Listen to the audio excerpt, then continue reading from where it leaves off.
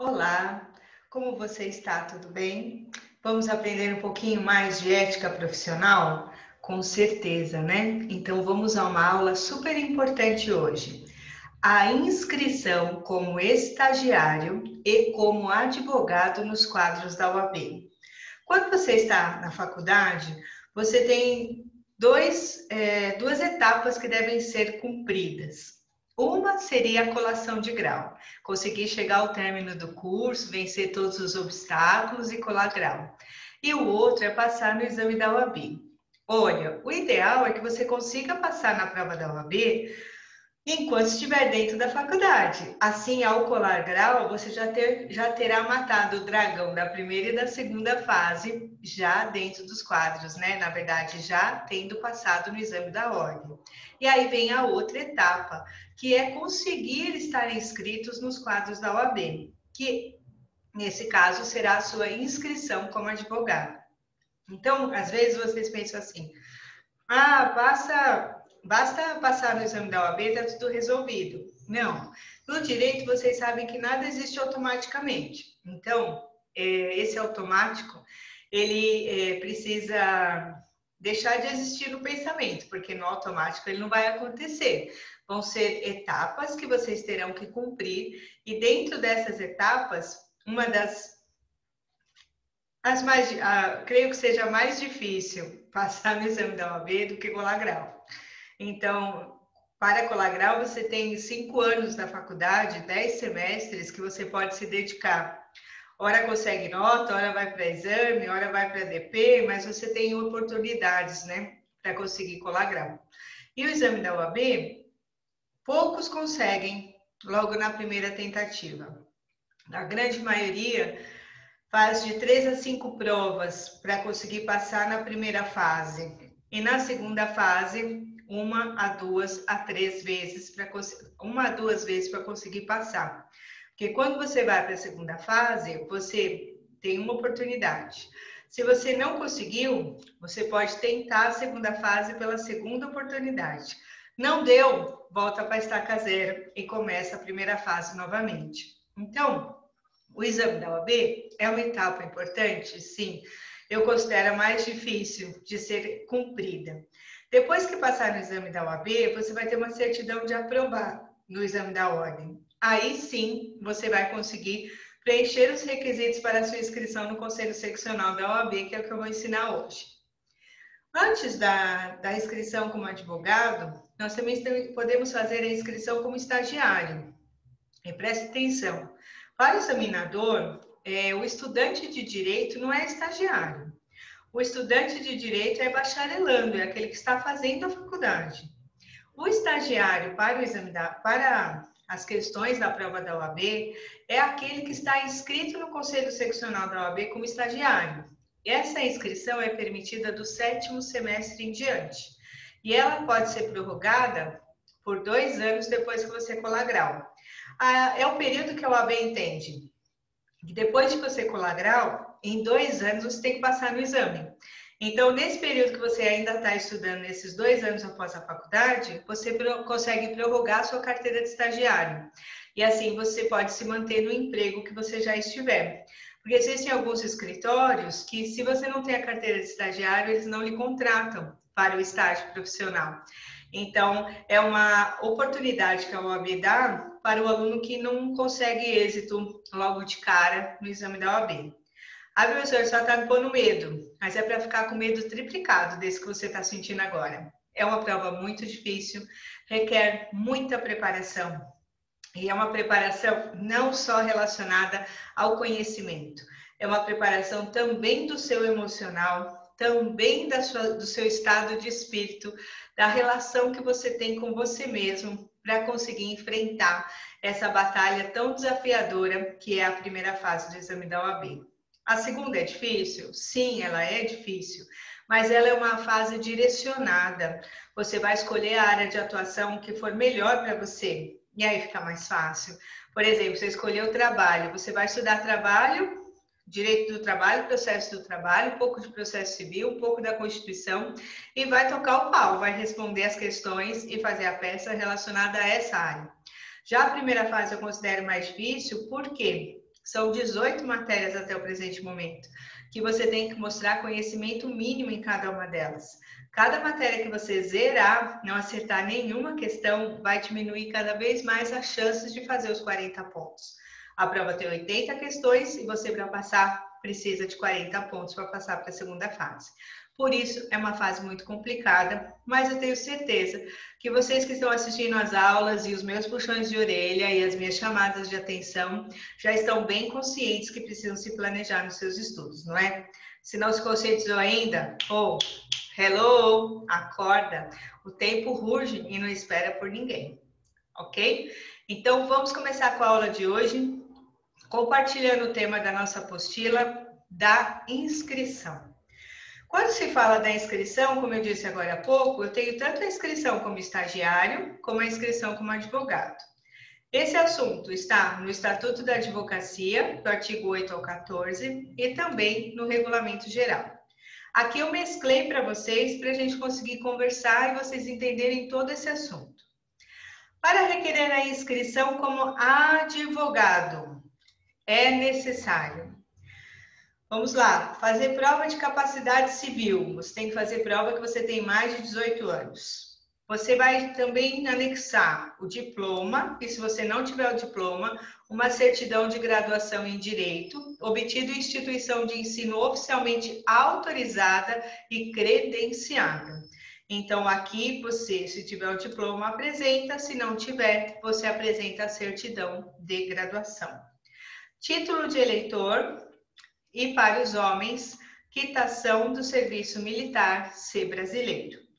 Aí vem aquela que a gente está comentando agora, a aprovação no exame da OAB. Então, percebam, para a inscrição como advogado, estar aprovado no exame da OAB é um dos requisitos. É claro que se você não passar no exame, você nem vai precisar preencher o resto. Então, por isso que essa etapa é a mais complicada. Ok? A certidão de aprovado no exame da OAB. Não exercer atividade incompatível com a advocacia. Nós teremos uma aula própria sobre isso, mas vou dar um exemplo. Posso ser policial militar na ativa e advogado ao mesmo tempo? Não, não posso. Eu vou ter que escolher. Ou eu peço baixa, peço exoneração, ou eu me aposento e após a aposentadoria eu vou exercer a advocacia. Junto, não dá.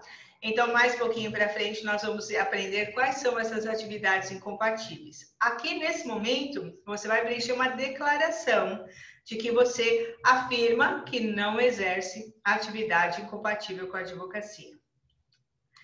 Algo que tem sido perguntado bastante na prova. Você tem que mostrar que você é idôneo, fazer prova de idoneidade moral. Como é que você prova que você é idôneo? Você pode juntar as certidões de cartórios de protesto, de ações na esfera civil, trabalhista, execução, criminal e assim por diante. A sua certidão do Serasa e assim vai. Você tem que provar que você é uma pessoa idônea e que você tem a vida civil em perfeita ordem, que ninguém pode dizer nada que desabone a sua pessoa. Então, se por acaso está com o nome pendurado, está com os protestos, cheque sem fundo, carnê sem pagar, então você ainda tem tempo para colocar a sua vida em dia. Porque até o momento que você for requerer a sua inscrição como advogado, você tem que estar com o seu nome limpo, tá? Falando uma palavra bem do popular, você tem que estar com o nome limpo. Se tivesse a ação judicial em seu nome, se elas estiverem em andamento, que são as chamadas ações sub júdice, não haverá problema. Você apresenta a certidão de objeto e pé e prova se você está no polo ativo ou passivo e em que pé está a ação.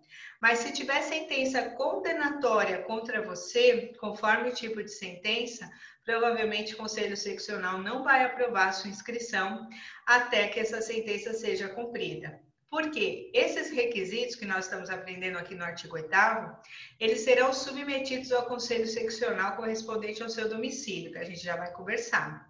E aí eles vão analisar todos esses documentos, essas certidões, essas declarações que você vai anexar, para eles deferirem ou indeferirem o seu pedido de inscrição na OAB. para ao final, quando for o momento de receber a sua carteira, você prestar um compromisso perante o conselho, ok? Então, esses são os requisitos para a sua inscrição como advogado nos quadros da OAB. Cai na prova, professora? No passado caiu bastante, perguntando um por um. Já faz um tempinho que não cai. O que tem sido campeão de pergunta nas últimas provas é o inciso 6º, que é sobre a idoneidade moral. A gente até vai falar com ele aqui sobre ele no parágrafo 3º, tá? Mas vamos caminhar aqui no artigo 8º. O exame da OAB é regulamentado por provimento do Conselho Federal da OAB. Olha, existem alguns órgãos da OAB. O Conselho Federal é o nosso órgão máximo, é um só, e ele dita regras para advogados no território nacional. Conselho Federal é este que eu falei agora. Conselho Seccional, um por estado, com a sede na capital do estado. Assim, eles vão ditar regras a níveis regionais. Então, o Conselho Federal dita regras a nível nacional, do Iapoque ao Chuí. O Conselho Seccional, ele vai ditar regras para o seu estado. Então, são regras a nível regional, para advogados daquela região. Por exemplo, Conselho Seccional de São Paulo. Todos os advogados que estiverem dentro do estado de São Paulo estarão sujeitos às regras daquele conselho. E assim vai. Bahia, Mato Grosso, Minas Gerais e assim por diante, ok? Aí vem uma questão interessante, que já caiu na prova também. Quem regulamenta? Regulamentar é regra geral. Quem regulamenta é o Conselho Federal da OAB.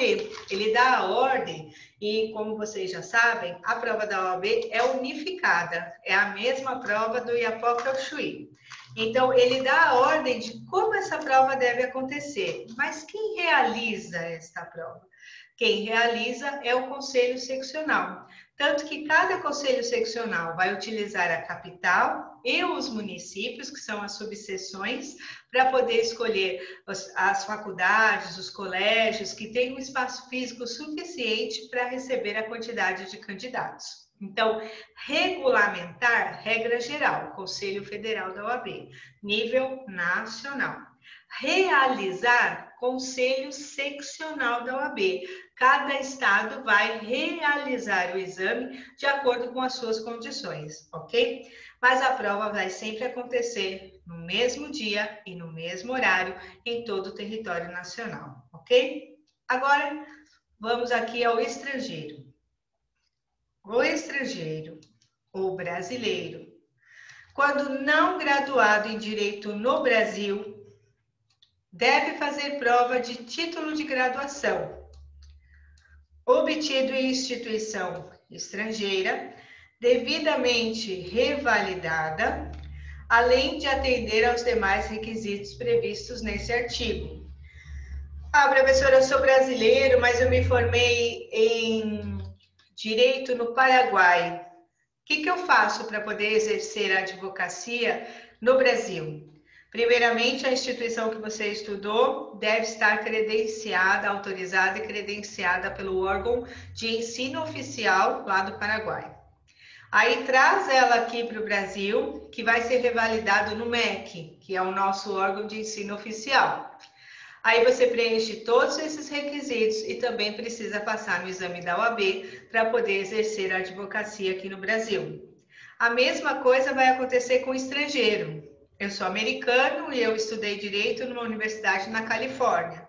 Eu vou trazer o meu diploma dessa instituição estrangeira, que deve estar validada, né, no órgão de ensino oficial do país dele, vai trazer para o MEC para fazer a revalidação deste diploma aqui no Brasil.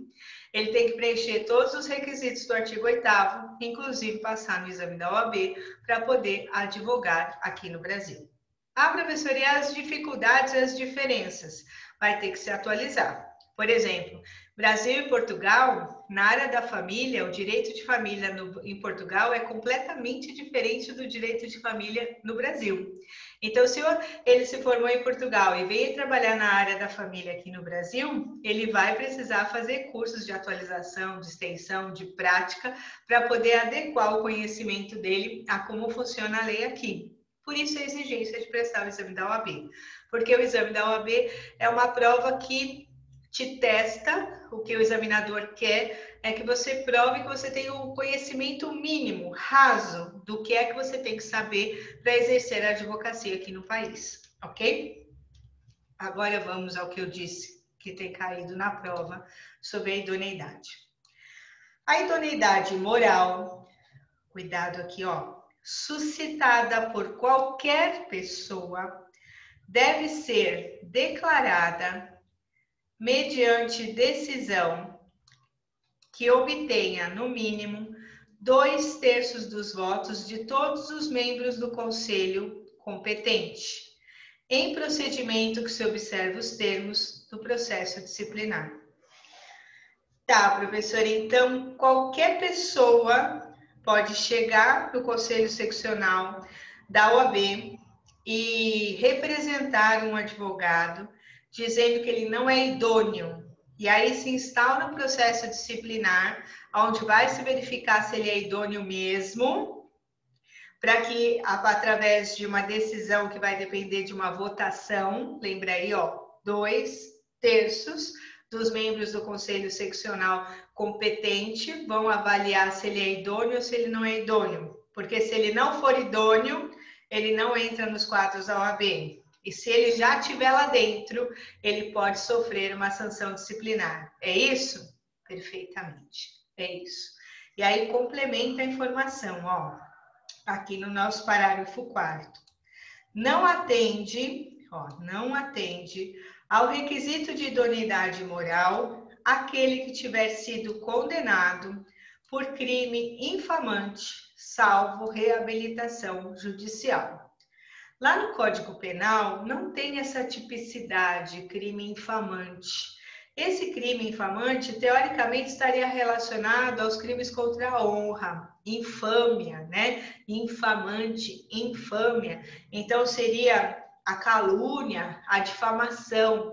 Só que aqui nós estamos falando de um crime que, pelas emendas do Tribunal de Ética, chegou à conclusão que é algo que vai comprometer a idoneidade do advogado ou da classe de advogados. Por exemplo, o advogado foi condenado por formação de quadrilha.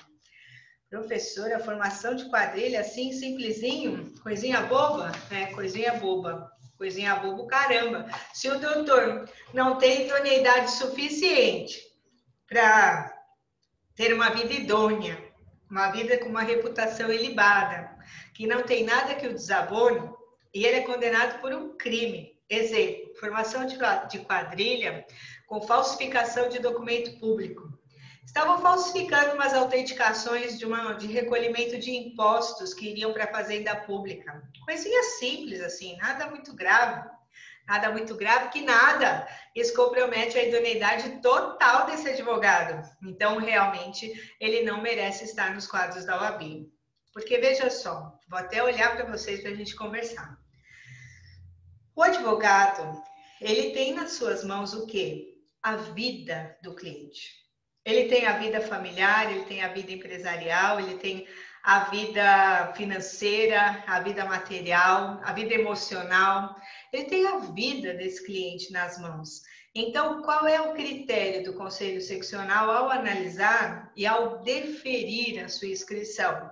É o critério de que você tem que provar que está apto para resolver os problemas das pessoas. E não como muita gente acha que advogado é ladrão de carteirinha. Vocês nunca ouviram falar isso?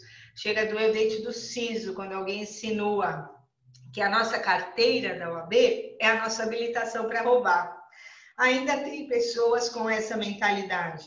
Mas o Tribunal de Ética e Disciplina de todo o país, todo o Conselho Seccional tem o seu, tem trabalhado severamente para punir os advogados infratores, porque a gente sabe que uma maçã podre no cesto pode contaminar as maçãs boas. Então, o trabalho do Tribunal de Ética e Disciplina é justamente fazer com que essas maçãs podres, esses advogados que não seguem o regramento ético, eles sejam eliminados ou punidos dentro dos processos disciplinares que acontecem no Tribunal de Ética, no Conselho Seccional e no Conselho Federal.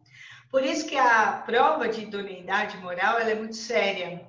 E aí vem aquela questão do parágrafo. Qualquer pessoa pode suscitar que você não é idôneo. Então, neste momento, inicia-se um processo disciplinar para analisar se você é idôneo ou não. E aí você realmente vai estar passando por uma prova de fogo para fazer a sua prova, a sua defesa, o seu contraditório para provar que você é idôneo. Lembra numa aula anterior que nós conversamos sobre aquele advogado que foi pego furtando garrafas de vinho no supermercado? Ele estava ali como cidadão. Então, mesmo preso em flagrante, ele não tinha a prerrogativa de chamar o representante da OAB. Estão lembrados disso? Mas, como ele estava furtando como cidadão e ele é advogado, cabia a obrigação de informar ao conselho seccional onde ele estava inscrito daquela atividade que ele foi pego com a boca na botija. Porque estar furtando é algo que compromete a idoneidade desse advogado? Sim ou não? Sim, com certeza absoluta compromete. Então, a questão que mais tem sido suscitada na prova é essa, da idoneidade moral. Mas eu preciso saber tudo isso aqui, professora? Sim, o artigo 8º você tem que saber ele por completo.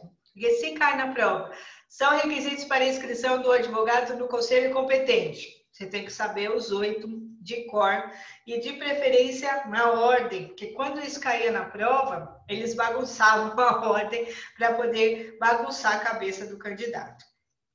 Quando vocês conseguirem preencher os requisitos, passou no crivo do conselho competente para que vocês sejam aceitos nos quadros da OAB, será agendada uma sessão solene, aonde vocês vão prestar um compromisso. Esse compromisso é individual e personalíssimo.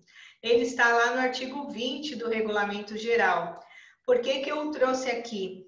Porque, infelizmente, ele já caiu na prova, desse jeitinho que está aqui, para o candidato dizer se está certo ou se está errado. Então, no dia desse compromisso solene, aqui, ó, o requerente à inscrição principal no quadro de advogados presta o seguinte compromisso: perante o Conselho Seccional, a diretoria ou o Conselho da Subseção, dizendo o quê? Vocês vão estar em pé, estendendo a mão direita e vão dizer: prometo exercer a advocacia com dignidade e independência, observar a ética, os deveres e as prerrogativas profissionais, defender a Constituição, a ordem jurídica do Estado democrático, os direitos humanos, a justiça social, a boa qualidade da aplicação das leis, a rápida administração da justiça e o aperfeiçoamento da cultura e instituições jurídicas.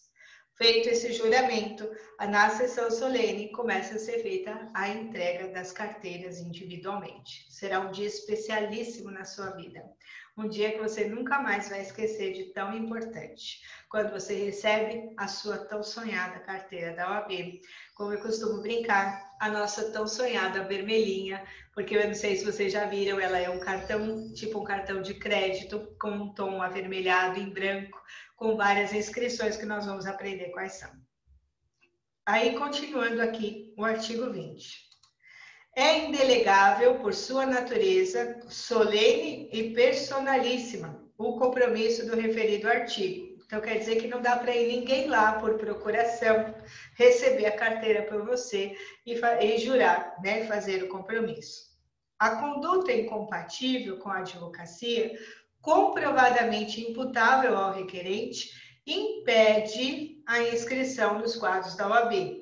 E o pior, né? Vocês viram lá no 8º que você vai fazer uma declaração de que você não exerce. Se no meio da investigação, da apuração do Conselho Seccional, verificar que você mentiu, que você exerce atividade incompatível com aquele momento, que a advocacia não dá para exercer junto com aquela atividade, você nem consegue pegar a sua inscrição na OAB, que é o caso do policial militar na ativa, que eu falei para vocês agora há pouco. Diploma. Algumas faculdades, como a FIG e a Unimesp, na hora da colação de grau já entrega o diploma. Mas outras vão exigir que o candidato faça o quê? Que ele vá até a secretaria e solicite uma certidão de conclusão de curso ou solicite o diploma. Aqui o artigo 23 do regulamento diz o seguinte: o requerente à inscrição nos quadros da OAB de advogados, na falta de diploma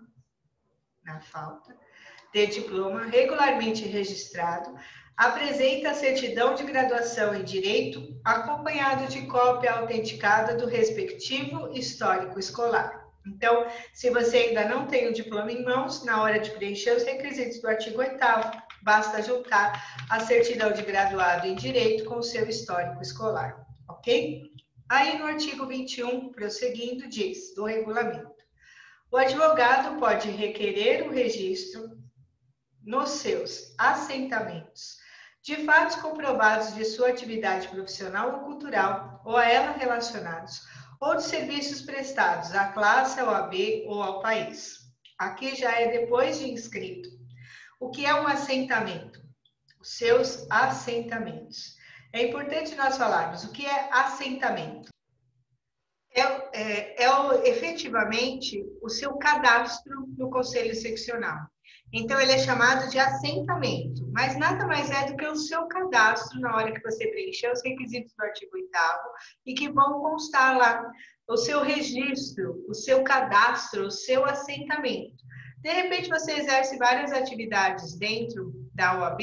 Por exemplo, eu sou relatora do Tribunal de Ética há muitos anos. Se eu quiser, eu posso requerer que isso conste no meu registro, porque amanhã ou depois, se eu tiver algum problema, isso pode contar ao meu favor como uma atenuante por estar trabalhando a favor da classe de advogados. É o que está escrito neste artigo. Aí, prosseguindo, então, vamos ao estagiário. O estagiário interessa, né? O examinador adora perguntar do estagiário. Agora saímos do regulamento e vamos para o Estatuto da Advocacia. A inscrição do estagiário deve ser requerida junto ao Conselho Seccional correspondente ao domicílio do seu curso jurídico, ou pode ser também o do escritório onde estiver trabalhando, ou também pode ser o endereço de sua residência. Então, quer dizer, peraí, professor, estou estudando, estou a partir do 7º semestre, a senhora disse que eu posso requerer minha carteira como estagiário. Sim. Aonde vou requerer esta carteira como estagiário? Junto ao Conselho Seccional. De onde? Correspondente ao domicílio do meu curso jurídico, ou ao escritório que eu já esteja trabalhando como estagiário, ou o endereço da minha casa. Então, essa inscrição como estagiário, ela vai requerer que você esteja nos 2 últimos anos do curso de Direito, por isso que é do 7º semestre em diante. Você vai requerer no Conselho Seccional, geralmente o que cai na prova, correspondente ao endereço do seu curso jurídico, tá bom? Que é o domicílio do seu curso jurídico. E esse aluno também não pode exercer atividade incompatível com a advocacia. Ah, professora, eu sou policial militar, mas eu faço a faculdade de Direito. E vai continuar fazendo e vai colar grau. As aulas de prática jurídica dentro do currículo, todas as informações que são relacionadas à ética profissional, estágio, você pode fazer. A única exigência que aí seria um impedimento é que você não vai conseguir a carteira como estagiário se você for policial militar na ativa. E muito menos a de advogado, como a gente viu anteriormente. Aí só quando você der baixa ou se aposentar, certo? Aí você consegue, mas cursar a faculdade não tem problema nenhum. Então vamos de novo. Artigo 9º do Estatuto, que vai falar, para a inscrição como estagiário, é necessário. Peraí. É que a professora e o mouse, de vez em quando, elas não se entendem. Preencher os requisitos que estão no artigo 8º. Inciso, eu vou até pegar o meu aqui para a gente ler juntos aqui na nossa apostila. Inciso 1º, provar que eu tenho mais de 18 anos. Inciso 3º, fazer prova do meu título de eleitor e para os homens do serviço militar. Inciso 5º, não exercer atividade incompatível com a advocacia. 6º, fazer prova de idoneidade moral. E 7º, vou prestar o compromisso como estagiário. O que pulou? Inciso 2, diploma e nem certidão de aprovado, não tem sentido, porque eu ainda estou cursando a faculdade. 2, 3, 4, pulou a aprovação do exame da ordem, porque não é requisito para ser estagiário que eu esteja aprovado no exame da OAB. Então, 5, 6, pulou 7.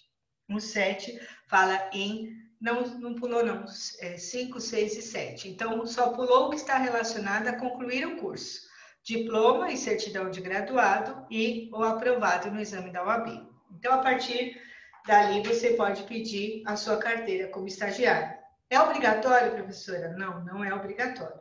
Geralmente, quem vai requerer a sua inscrição como estagiário é quem já está trabalhando no escritório que exige a carteira de estagiário, ou você está procurando emprego e todos os escritórios que você vai requer que você tenha a carteira de estagiário. Porque existem muitos escritórios que ainda têm processos físicos e precisam que o estagiário vá fazer o trabalho de fazer carga, buscar certidão, tirar cópias de documentos, fazer uma série de coisas que no judiciário vai ser exigido que você apresente a sua carteira. Porque no processo eletrônico, o estagiário não tem assinatura eletrônica, quem tem é o advogado. Tudo que o estagiário vai fazer com a senha e o token em nome do advogado que é responsável por ele, que o estágio tem caráter pedagógico, certo? Sempre vai ter um advogado ou uma advogada responsável pelo estagiário. E aí, nesse caso, para inscrição, preenche os requisitos a ser admitido aqui no estágio profissional da advocacia. Esse estágio tem duração de 2 anos, é realizado nos últimos anos do curso de Direito, né, do curso jurídico, pode ser mantido pelas respectivas instituições de ensino, pelos conselhos da OAB, por setores e órgãos jurídicos e escritórios de advocacia credenciados, sendo obrigatório, olha eu aqui, o estudo do Estatuto, do Código de Ética e Disciplina da OAB. Por isso que essa matéria é inclusa para vocês no curso de Direito nos últimos 2 anos, para ficar próximo ao exame da OAB. A maior parte das faculdades é assim. A inscrição do estagiário, vou até mudar a cor, é feita onde? No Conselho Seccional em cujo território se localiza o seu curso jurídico. É assim que tem caído na prova, tá bom? Então, de acordo com o endereço do seu curso jurídico, é onde você vai requerer a sua inscrição como advogado. O aluno de curso jurídico que exerça a atividade incompatível com a advocacia pode frequentar o estágio ministrado pela respectiva instituição de ensino superior, para fins de aprendizagem, bem dada a inscrição na OAB. Então, quer dizer, a faculdade que requer um estágio no Sejusc, no juizado, na delegacia, tranquilo. Ele exerce atividade incompatível, exemplo, ele é policial militar na ativa, ok, ele cumpre a exigência da instituição de ensino, ele só não consegue sua inscrição como estagiário nos quadros da OAB. O estágio profissional poderá ser cumprido por bacharel em Direito que queira se inscrever na ordem. Isso quer dizer que se eu estou formado, eu já sou bacharel, eu ainda não passei no exame da OAB e eu preciso da carteira de estagiário, eu posso requerer ao Conselho Seccional, já não mais do meu curso jurídico, ou vai ser do meu domicílio, ou vai ser do escritório onde eu esteja trabalhando, ok?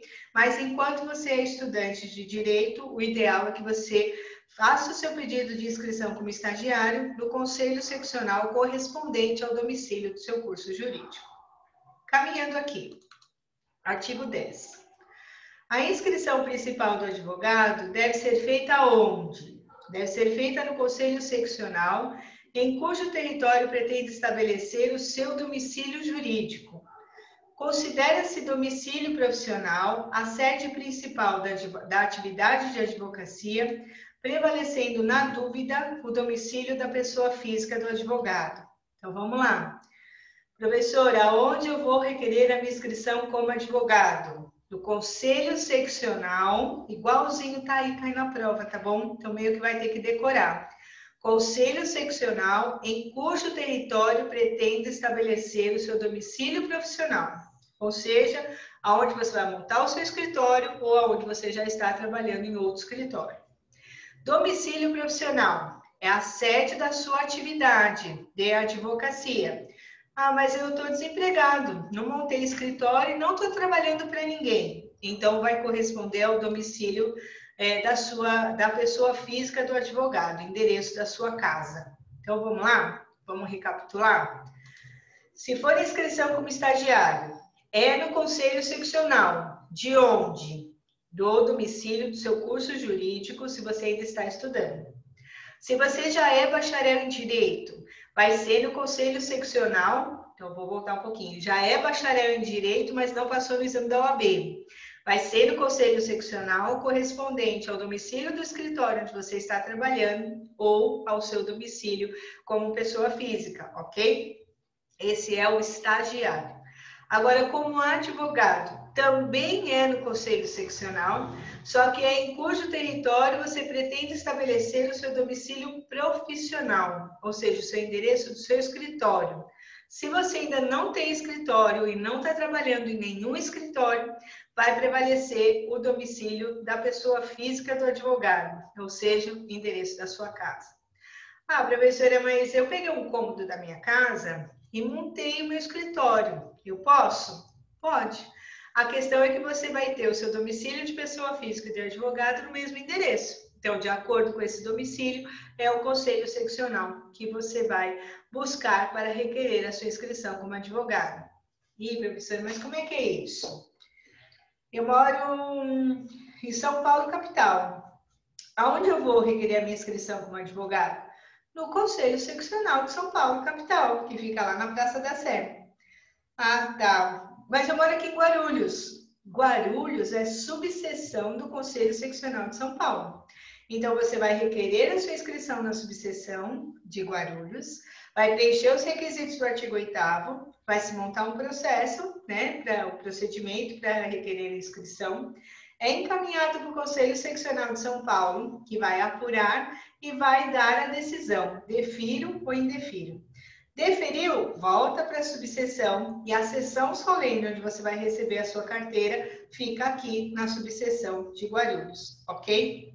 O indeferimento também vem a resposta para cá. Então, mas se eu sou de Guarulhos e quero me inscrever em São Paulo, posso? Pode, por quê? Dentro do mesmo estado, a capital e os municípios vão estar correspondentes àquele mesmo conselho seccional. Então, é só gravar. Estagiário, domicílio do curso jurídico. Advogado, domicílio profissional. Na falta, domicílio da pessoa física do advogado. Mas os dois serão no conselho seccional, ok? Não pode errar isso, porque isso vira e mexe perguntado na prova e eu quero vocês bem atentos com isso. Outro dia perguntaram sobre a inscrição suplementar. Aí vamos trabalhar sobre ela. Quando nos tornamos advogados, nós podemos exercer a advocacia em todo o território nacional, do Iapoque ao Chuí. Só que existem circunstâncias que pode ser que nos leve a advogar com mais habitualidade em outro estado que não seja o estado em que estamos inscritos. Vamos ler o parágrafo 2º e aí eu explico melhor.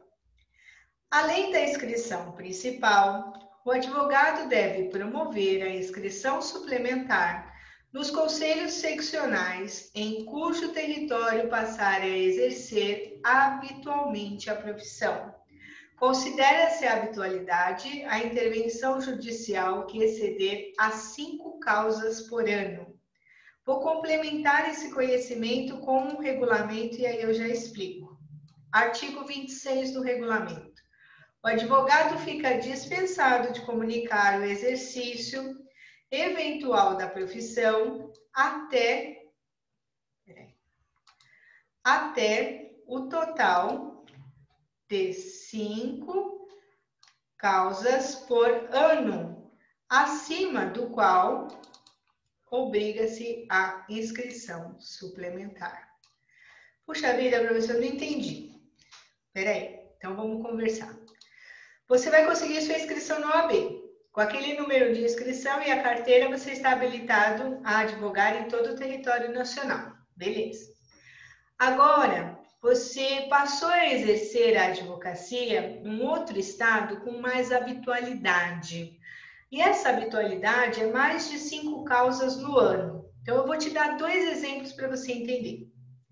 Se eu tenho liberdade profissional e eu posso advogar em todo o território nacional, vamos lá, no ano de 2019, eu tive uma ação no Rio de Janeiro, outra em Curitiba, outra em Salvador, outra em Belo Horizonte e outra em Palmas, no Tocantins. Preciso da inscrição suplementar? Não, porque foram 5 causas em estados diferentes. Eu estou inscrita aqui no Conselho Seccional de São Paulo, então eu posso exercer a advocacia em todo o território nacional e eu não preciso comunicar ao Conselho Seccional sobre isso. Eu advoguei em estados diferentes e está tudo tranquilo. Agora vamos dar o exemplo. No ano de 2019, eu já advogava para uma empresa, uma transportadora, com sede em São Paulo. Todas as ações relacionadas a direito do consumidor, sou eu quem cuido. Essa transportadora abriu uma filial em Belo Horizonte e o meu patrão me contratou também para todas as ações relacionadas a direito do consumidor lá em Belo Horizonte, eu que cuide. É óbvio que lá vão passar de 5 causas no ano. Vão ser mais que 5. Então, eu vou ter que requerer a minha inscrição suplementar no Conselho Seccional de lá. Porque, tecnicamente, eu estou tirando o cliente de um possível advogado de Minas Gerais, já que eu sou de São Paulo e passo a exercer a advocacia habitualmente na cidade de Belo Horizonte. Então, a pergunta é, eu requeri a minha inscrição principal no meu domicílio profissional ou no domicílio da minha casa, ok? Onde eu vou requerer a minha inscrição suplementar? Aqui, onde eu estou inscrito, ou lá, aonde eu passar a exercer habitualmente a profissão? Lá. Porque, como eu disse, eu tecnicamente estou retirando o serviço do advogado de Minas Gerais, já que eu estou advogando para esse cliente que tem matriz em São Paulo e filial em Belo Horizonte. Vamos ver como é que isso está na lei? Vamos lá. Compartilhando a tela da apostila aqui novamente. Ó, além da principal, que é a inscrição, o advogado deve promover a inscrição suplementar nos conselhos seccionais, em cujo território passar a exercer habitualmente a profissão, considerando-se a habitualidade e a intervenção judicial que exceder de 5 causas por ano. Aí aqui já ficou um pouquinho mais claro. Aqui ficou mais claro. Até o total de 5 causas por ano. Então, quer dizer, professora, que até 5 eu não preciso. Na sexta eu já preciso? Sim. A resposta é, até 5 eu não tenho que comunicar nada. Passou de 5 no mesmo conselho seccional, diferente do conselho que eu estou inscrito na minha inscrição principal, eu devo requerer a minha inscrição suplementar. Por isso que aqui na apostila está, aqui, ó, conselho seccional do local onde passei a exercer habitualmente a profissão. Aqui ou lá. Sempre será lá. Então, eu estou inscrito no Conselho Seccional de São Paulo. No exemplo que eu dei para vocês, eu passei a exercer habitualmente a profissão em Belo Horizonte. Belo Horizonte, Minas Gerais, eu vou requerer a minha inscrição suplementar no Conselho Seccional de Minas Gerais. Lá, aonde eu passar a exercer habitualmente a profissão. Até 5 não precisa, é mais de 5. Por isso que aqui se usou a palavra exceder de 5 causas. E aqui se utilizou a palavra até o total de 5 causas, ok? Agora vou mudar a conversa. Não quero mais ficar aqui em São Paulo, a cidade está muito perigosa. Estou querendo viver uma vida mais praiana, mais sossegada. Vou embora para Salvador. Posso pedir a minha transferência da minha inscrição? Vamos ver ainda no artigo 10, o parágrafo 3º. No caso de mudança efetiva de domicílio profissional para outra unidade federativa, ou seja, diferente daquela que você se inscreveu na principal, o que eu posso fazer? Deve o advogado requerer a transferência da sua inscrição para o conselho seccional correspondente. O conselho seccional deve suspender o pedido de transferência ou de inscrição suplementar, que é a que a gente acabou de ver, ao verificar a existência de vício ou ilegalidade na inscrição principal, contra ela representando no Conselho Federal. Os pedidos de transferência de inscrição do advogado são regulados em provimentos do Conselho Federal. Ah, professora, então eu posso mudar de endereço? Aí, nesse caso, o que o Conselho Seccional vai verificar? Se você muda de casa e se você muda de domicílio profissional. Que aí, de fato, você está indo embora de mudança. Porque se você não for de mudança, vai ser o caso de inscrição suplementar, onde você continua exercendo aqui em São Paulo e habitualmente passa a exercer a advocacia lá em Salvador.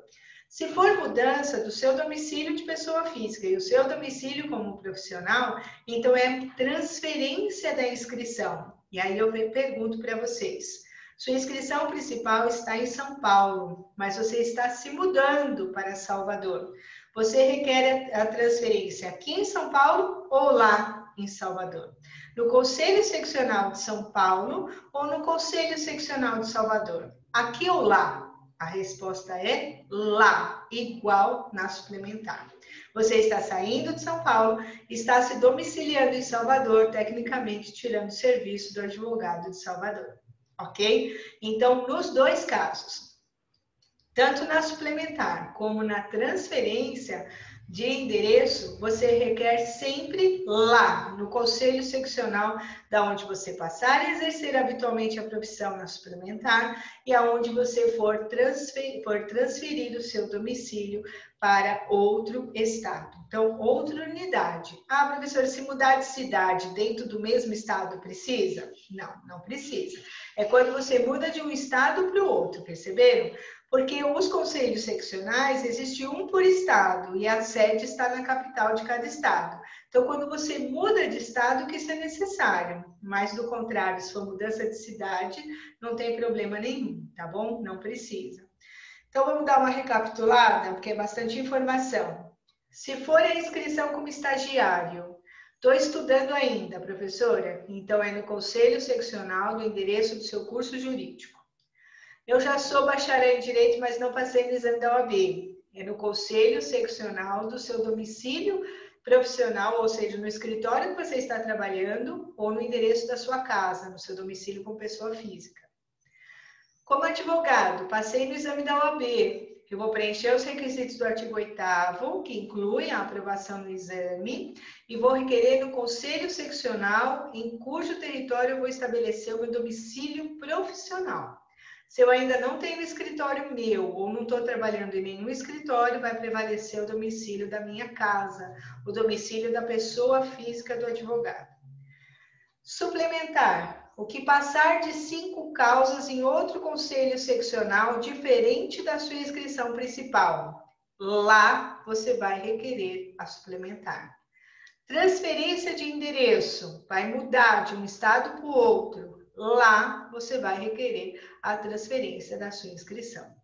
Sabendo disso, dessa maneira simples que a gente está conversando agora, vai ser mais difícil do examinador pegar vocês na curva em relação a esse assunto, ok? Agora vamos lá. Existem algumas situações que podem gerar o cancelamento da sua inscrição na OAB. Tem dois assuntos para a gente conversar: cancelamento e licenciamento da sua inscrição. A própria palavra cancelamento, ela já fala, acabou, já era, deixou de ser advogado, cancela, cancelou a sua inscrição nos quadros da OAB.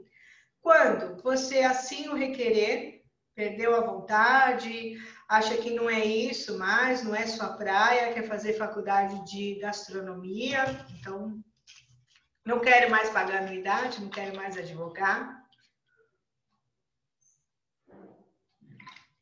Desculpem, vou molhar as palavras aqui. Não quero mais advogar, então eu vou requerer o cancelamento da minha inscrição, vou deixar de ser advogado. Existe o processo disciplinar, que eu já comentei com vocês. A penalidade maior que um advogado pode sofrer no processo disciplinar é a exclusão. Ele é convidado a se retirar dos quadros da OAB. Quando isso acontece, cancela-se a inscrição dele como advogado. Outro motivo, morrer. Faleceu o advogado. Também cancela-se a sua inscrição como advogado. Ou passar a exercer. E aí vem a palavrinha importante para gravar no momento. Em caráter definitivo, atividade incompatível com a advocacia. Exemplo.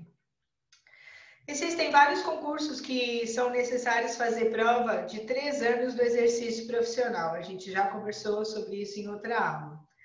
Tá bom, você está exercendo advocacia, mas seu foco é magistratura. Aí você está lá, comprova os 3 anos do exercício da advocacia, nesses 3 anos está prestando aí as provas para a magistratura, passou. Foi impostado no cargo de magistrado. Posso ser juíza e advogada ao mesmo tempo? Não. Este cargo que eu estou assumindo como juíza é definitivo ou é temporário? É definitivo. Ele vai até eu me aposentar ou se por acaso eu for exonerada no meio do caminho. Então, se o cargo que eu vou exercer é incompatível com a advocacia, mas é um cargo em caráter definitivo, cancela-se a minha inscrição. Ah, professora, mas e quando eu deixar de ser juíza, me aposentar lá na frente? Você vai requerer a sua inscrição novamente, inclusive não precisa passar no exame da OAB de novo, porque graças a Deus sofrimento tem começo, meio e fim, passou no exame da ordem, passou para sempre, nem se você for excluído depois você vai poder voltar e não vai precisar prestar o exame da ordem novamente, ok? Vão ter alguns requisitos que já eu explico. Tá? Então, se você requerer, não quero mais ser advogado, então cancela essa inscrição. Se você em processo disciplinar sofrer a punição de exclusão dos quadros da OAB, se você morrer, ou se você passar a exercer em caráter, vou até pintar de outra cor aqui, porque no licenciamento vai fazer diferença. Você passar a exercer em caráter definitivo a atividade incompatível com a advocacia. E ainda aqui, se você perder qualquer um dos requisitos necessários para inscrição. Insisto no inciso 5º, que é o caso da idoneidade moral. Deixou de ser idôneo, vai perder a sua um dos requisitos necessários para se manter inscrito nos quadros da OAB. Após o processo disciplinar, provavelmente vai gerar uma exclusão que vai gerar o cancelamento da sua inscrição. Então, na hipótese de acontecer do inciso 2, excluído dos quadros da OAB por uma penalidade em um processo disciplinar. No 3, morreu. No 4, passou a exercer atividade incompatível com a advocacia em caráter definitivo. O cancelamento deve ser promovido de ofício pelo conselho competente ou em virtude de comunicação de qualquer pessoa, ok?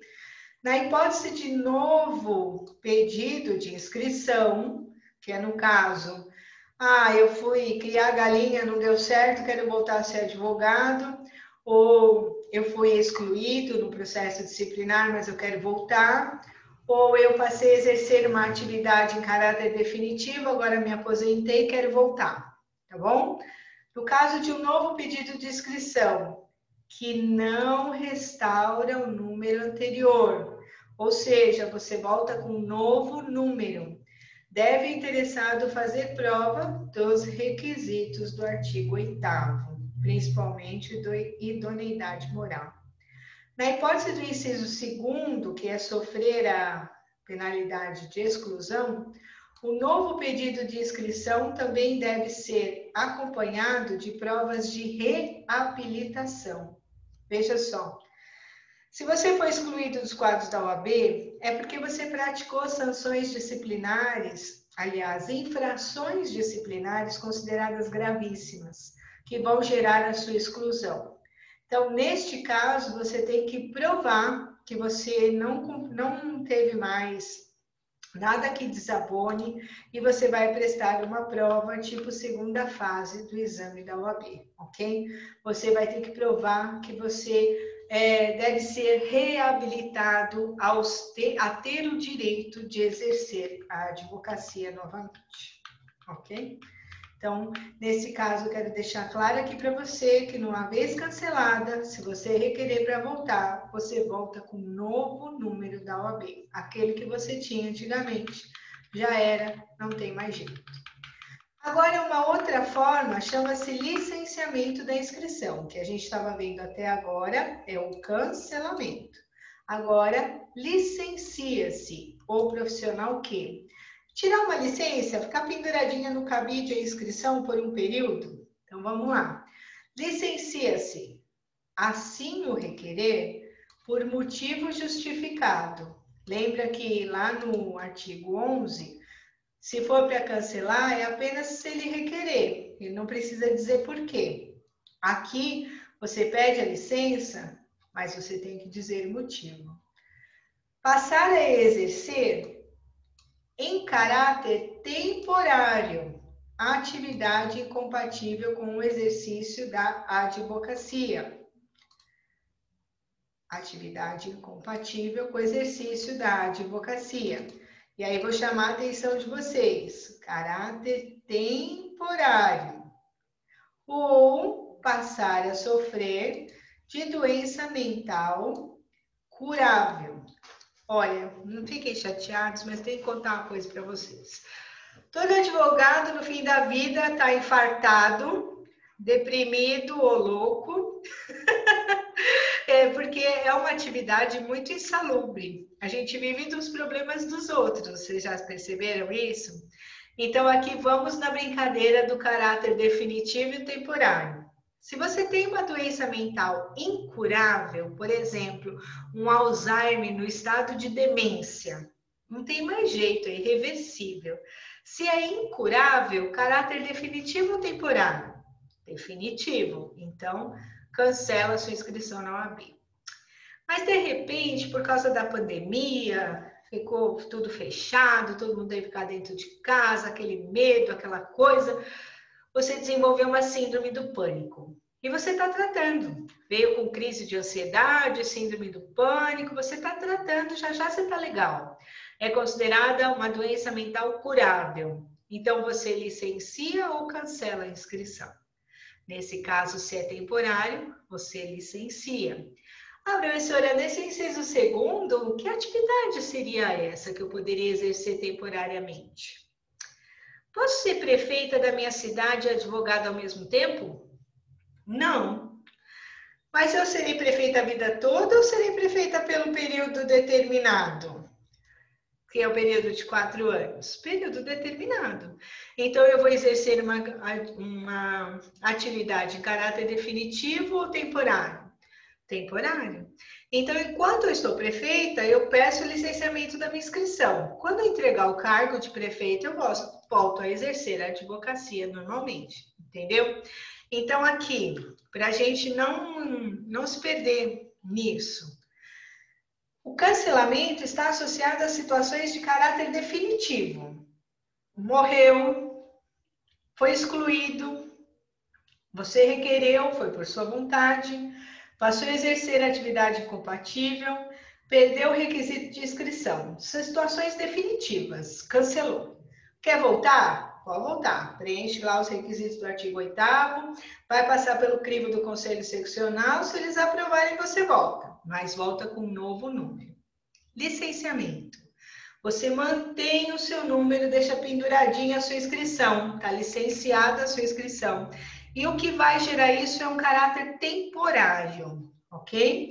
Então, você vai requerer, ele vai dar um motivo. Exemplo, eu, por exemplo, mulher, tive filho, meu filho com problema e eu quero me dedicar a ele, não quero exercer a advocacia por 2 anos. Após 2 anos eu volto.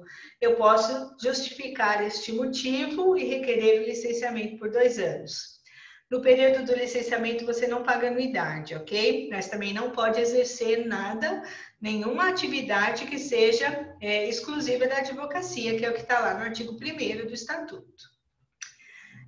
Você também passa a exercer funções temporárias, como, por exemplo, o cargo de prefeito. Não dá para fazer os dois. Ou você se torna chefe de algum órgão da administração pública direta ou indireta, que eu vou ensinar vocês. Aí depende do cargo, se ele é temporário ou definitivo, ok? Então, põe na cabeça. É caráter definitivo? Cancelou. Quando eu voltar, volto com o novo número. É caráter temporário? Licencia. Quando eu voltar, volto com o mesmo número. O que tem que ficar claro, cancelou, deixou de ser advogado. Vai ser qualquer coisa na vida, menos advogado. Licenciou, eu continuo advogado, mas por um X período não posso exercer a atividade privativa da advocacia. Se você guardar isso na cabeça, tranquilo, ninguém te pega nessa prova. O que mais? Aqui nós vamos entrar num ponto que eu preciso que vocês leiam com dedicação, porque nas últimas 5 provas caiu 2 vezes. Como eu disse a vocês, nós vamos receber a carteira da OAB. E aí vem no estatuto dizendo que o documento de identidade profissional, na forma prevista no regulamento geral, é de uso obrigatório no exercício da advocacia do advogado ou do estagiário e constitui prova de identidade civil para todos os fins legais. Isso quer dizer que a partir do momento que você tem a carteira de inscrito como estagiário, como advogado, não precisa mais portar o seu RG e seu CPF, mas precisa portar sua CNH, porque a CNH é que prova que você está habilitado a dirigir o seu veículo.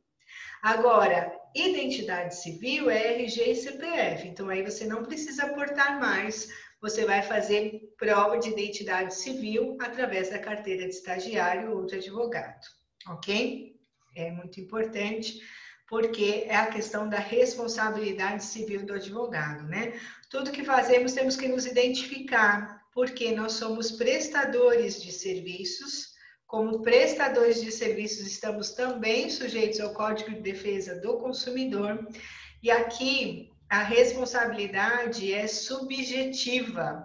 Tem que fazer prova de negligência, imprudência ou imperícia, porque o cliente ou a parte que se sinta lesado tem que fazer prova da sua negligência, imprudência ou imperícia para que você seja responsabilizado civilmente. Agora, no 14, na sequência ainda do Estatuto, é obrigatória a indicação do nome e do número da inscrição em todos os documentos assinados pelo advogado no exercício da advocacia. Parágrafo único. É vedado, quer dizer, é proibido, anunciar ou divulgar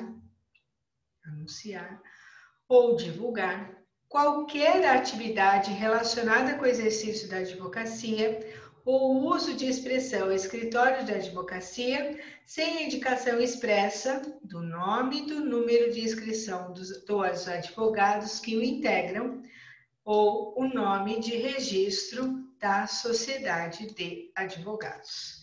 Se eu não me engano, nosso próximo tema, na próxima aula, será sobre Sociedade de Advogados. Deixa eu só confirmar aqui com vocês se é isso mesmo. Eu acredito que seja. Sim, Sociedade dos Advogados. Cada advogado tem o seu nome e o seu número de inscrição. Se for uma sociedade de advogados, que eu vou explicar na próxima aula, a sociedade também tem o seu nome e seu número de inscrição. Tudo que nós fazemos tem que constar o nosso nome e o número de inscrição por questão de responsabilidade civil. Nós aprendemos na faculdade dois tipos, responsabilidade civil objetiva e subjetiva. O CDC diz que, como somos profissionais liberais, prestadores de serviços, a responsabilidade é subjetiva. É o cliente que tem que fazer prova de culpa, provando que houve negligência, imprudência ou imperícia por parte do advogado. Então, tudo que você fizer precisa estar escrito com o seu nome e o número da sua inscrição na OAB. Agora vem uma preocupação muito grande. Presta atenção aqui, vocês precisam ler, porque aqui é leitura mais do que explicação. No regulamento geral, vem aqui, ó. São documentos de identidade profissional. A carteira e o cartão. Quando vocês receberem o cartão de identidade, vem junto uma caderneta pequena, que é a carteira brochura, que pode você usar uma ou outra. Geralmente usamos o cartão de identidade, que é de uso obrigatório para, como a gente leu anteriormente, tanto para advogado como para estagiário, para o exercício das suas atividades. E agora, tem uma mudança de 2020 que não caiu na prova ainda. Eu tanto posso ter a carteira como o cartão emitidos de forma digital. Eu não sei se vocês estão acompanhando as notícias da OAB local, mas nós estamos aqui na cidade de Guarulhos.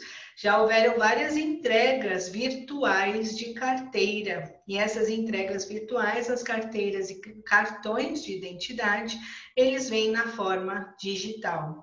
Então, quer dizer, professora, que se eu não tiver ele de forma física e eu tiver ele no meu celular, eu posso apresentar? Perfeitamente, deve ser aceito, de acordo com essa resolução número 1 de 2020, que veio por conta da pandemia. O uso do cartão, dispenso da carteira. Por isso que eu disse que vocês podem usar um ou outro. Eu mesmo nem sei por onde anda a minha carteira, de tanto uso do cartão. Artigo 33 também do regulamento. É uma judiação cair isso na prova, mas cai. A carteira de identidade, que é essa brochura, relativa à inscrição principal, tem este tamanho. Ela tem uma capa, está escrito como ela deve ser feita. Ela tem uma primeira folha. Aqui está escrito o que está escrito nessa primeira folha. E ela tem uma segunda página. E aí vem a minha preocupação. Deixa eu até jogar ele aqui para a parte de baixo. Qual é a minha preocupação?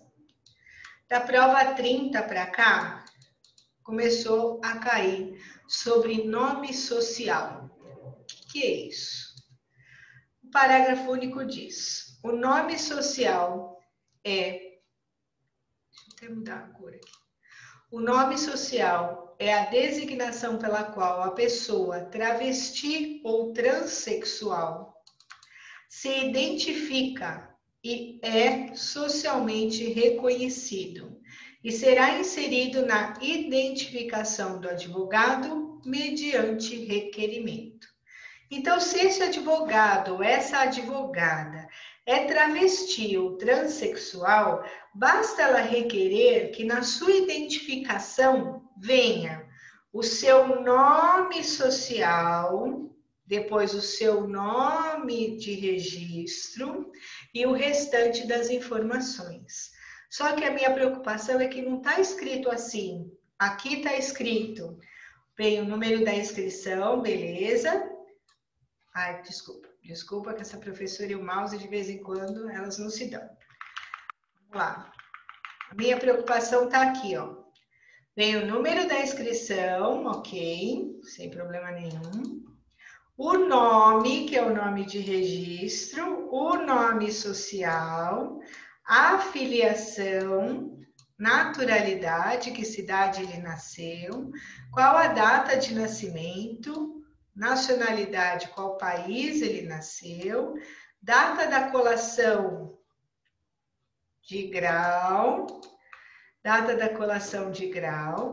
data do compromisso, que é o dia que você recebeu a sua carteira, a data de expedição da sua carteira e a assinatura do presidente do Conselho Seccional correspondente lá onde você solicitou a sua carteira. Essas informações veio da resolução número 5 de 2016. Só que presta atenção, se você é um travesti ou um transgênero, seu nome no registro é João da Silva, mas você é conhecida como Maria da Silva. Quem olha para você não vê um João, vê uma Maria. Fisicamente você é uma mulher, mas você nasceu biologicamente um homem. Então, é errado vir primeiro, Dr. João da Silva, levanta um mulherão, num salto 15 vermelho, num tubinho vermelho, loira, toda bonitona. Ofendeu a dignidade da pessoa humana. Então, na hora que eles redigiram aqui, eles deviam ter colocado que para o travesti ou transexual, vem primeiro o nome social, depois o nome registral, que é o que está na sua certidão de nascimento. Mas aqui colocou tudo bagunçado. Aí caiu na prova 31, 30, foi na prova 30, 2 provas para trás, que nós estamos aguardando a 32, e o que aconteceu? Aí todo mundo ficou perdido. O que eu faço agora? Já era uma resolução de 2016, mas foi cair na prova em 2019. Não tinha caído ainda, pegou todo mundo de surpresa. Então, quando é travesti ou transgênero, vem primeiro o nome social, depois o nome de registro e as demais informações que constam aí, tá bom? Então, toma cuidado com essa história do nome social. Aí vocês vão ler o restante aqui, que eu disse que aqui é a leitura mesmo, meio que decoreba, terceira página e as demais páginas e o que acontece na última página. Este cartão de identidade é um cartãozinho que a gente usa mesmo, que é o que mais se usa, né? O cartão substitui a carteira. Vai acontecer a mesma coisa, ó, nome e nome social. Não é primeiro. Se o advogado é travesti ou transexual, basta que ele faça o requerimento, vai aparecer primeiro o nome social, depois o nome registral e as demais informações, tá bom? Então, é importante que vocês leiam isso daqui com atenção. O que vem na frente, o que vem no verso, ó, porque aqui está dizendo o que está na frente, aqui está dizendo o que está no verso, tá bom? É importante porque já caiu na prova. E aí vem essa decisão de 2020 que eu chamei a atenção lá na carteira, chama atenção aqui no cartão. A carteira de identidade digital, que é esses advogados, principalmente agora em 2020, né, ou estagiários que receberam, constituindo versão eletrônica de identidade para todos os fins legais, submete-se à disciplina prevista no presente artigo. Então, tanto a carteira como o cartão podem ser feitas de forma eletrônica. Este cartão de identidade também pode ser para o estagiário, ok? E, nesse caso, este cartão perde a validade imediatamente após a prestação de compromisso como advogado, que é o sonho de todo mundo, né? Primeiro você é estagiário, depois você vai se tornar advogado, e a de estagiário perde a validade, passa a valer como de advogado dali por diante, ok? Aqui o 36 continua falando do cartão e da carteira. E aqui eu quero comentar com vocês sobre o CNA, Cadastro Nacional dos Advogados. Quando você for fazer sua inscrição na OAB, preencheu os requisitos do artigo 8º, se criou um cadastro, um assento com as suas informações. Este conselho seccional, ele fica incumbido de alimentar de forma eletrônica um cadastro nacional de advogados. E aí, neste cadastro, vem de novo a história do nome social, tá legal? Se este advogado é travesti ou transexual e fez requerimento, vem o nome social primeiro, depois o nome completo do advogado e as demais informações. Eu preciso que vocês leiam também.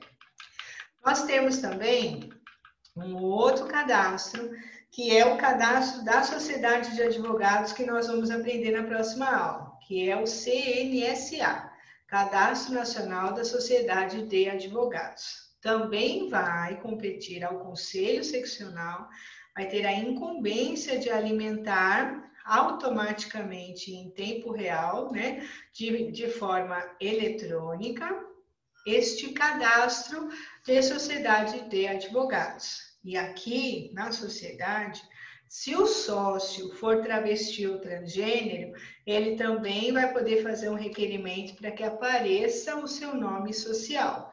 E aí vem primeiro o seu nome social, depois o nome de registro e a qualificação completa do sócio daquela pessoa jurídica, que é uma sociedade de advogados, tá bom?